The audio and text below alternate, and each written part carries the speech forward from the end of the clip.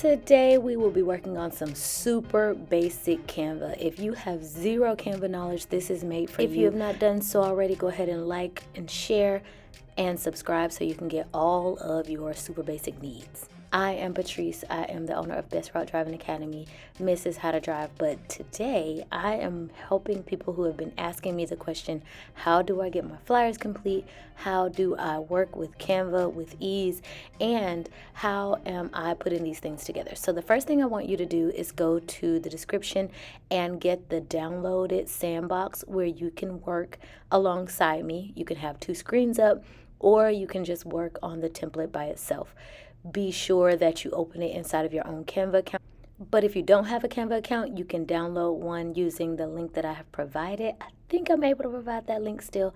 If not, you can message me and I will get that to you. Let's get started. Please keep in mind that if you need to pause, you're more than welcome to do that. This is the area you're going to be working in while I am working at the top, so that you can see what I have done and go from there. I have a tendency to speak fast, so if I am talking too fast, just put it on 0.25 in your YouTube, or 0.50 or 0.75. Our first sandbox is going to be working with shortcuts. As you see at the top, it says add text, add rectangle, add circle, and add line.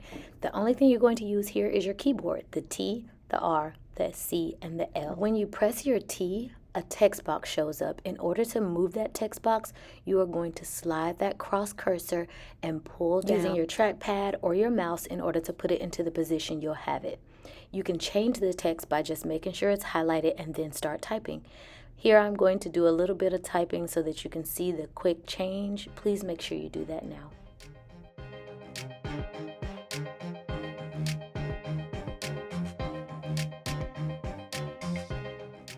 Again, I am going to move this over to where I would like it to be and then move on to my next task. Next, we're going on to press the R. The R gives you a rectangle. This rectangle can be moved around to shorten it, as in cropping, or to change the size of the actual square, because although you press the R, a square comes up. But if you know anything about math, I'm not getting into that. Now let's move over this box into the same position right under where we put our text so that it will fit properly. We're going to do the same thing with the C, but this time the C will make a circle. And we will change the size of the circle. You can also crop the circle by using the lines, but we don't want to crop the circle into a semicircle. We want to keep it whole and then shift it down. Here you can notice that I did not use the little cursor. I just actually picked it up and slid it down. The last thing we'll do on this sandbox is going to be a line. When you press the L, a line will show up. I forgot to show you to shorten and to make it longer, but if you grab those little dots, you can maneuver this line around, making it longer, shorter, diagonal, horizontal, or vertical. Now is a really good time to take a moment and practice. Go over the text, pressing the R, pressing the C, and then we'll move to searching. How to search within the Canva template. So the first thing we're going to search will be designs. What you'll do is look over to the left-hand side of the screen where you will see design, elements, text, brand, but we're going to focus on the designs. Depending on what you're trying to do, there are hundreds of designs inside of the Canva template already.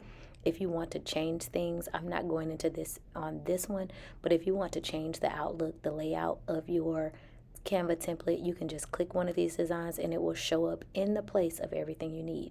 If you press Command or Control Z, it will undo and put whatever you already had there. So just keep in mind that it's important that if you need to undo anything you've ever done, you use Command Z.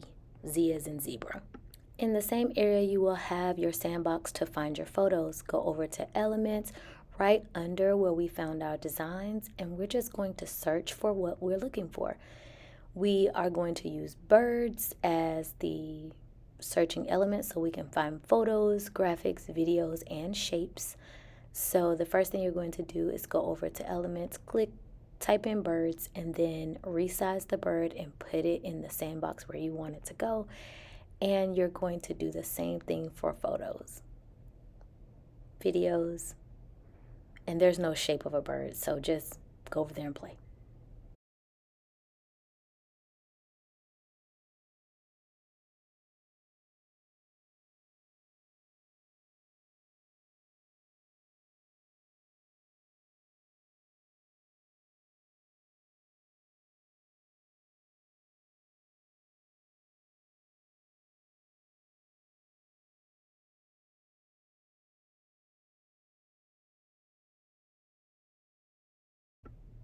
If you start playing with shapes, the shapes are going to show up.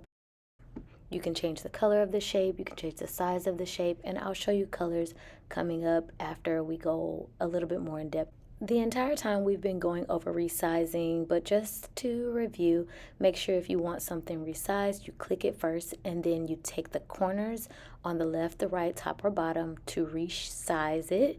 You can pull out, push in. This easily changes the depth perception of an item or of two items if you place the one that you want to look closer in the front and the one to look further away in the back. I mean, smaller.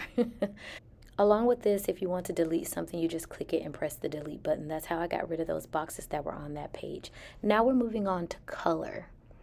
Color is interesting because it doesn't give you a specific way to know which color things are that you want to change, because you have to click it and then change the color. But if there are two things that are the same color, as you see we have two golds, we're not sure which gold outline or which gold color will be the one that's changed.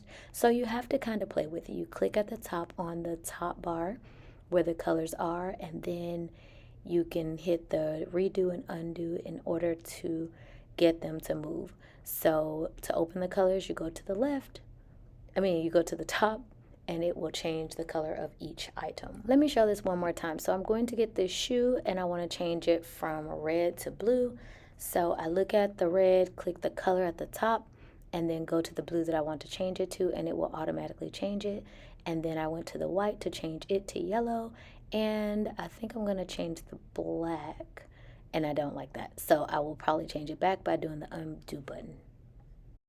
You can also change the color of text if you do the same type of thing. You click the text that you want, and then you go up to the color on the right. I didn't talk about changing the text font, but you can do that as well in the same area, and it'll give you a whole lot of different fonts. But right now we're talking about colors.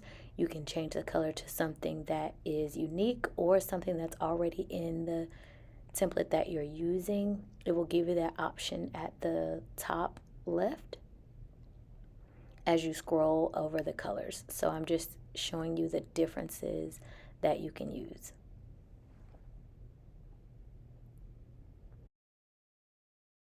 You can also resize your fonts.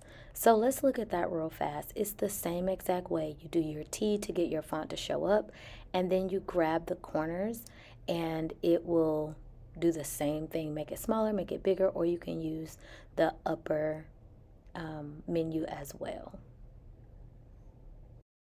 The last thing we're going to talk about is the above key, which we've talked about a little bit. It's right above there. You can change effects, animate your text or your pictures, change the font, change the size, change the color. And this is somewhere where you can practice. I already have a little text there.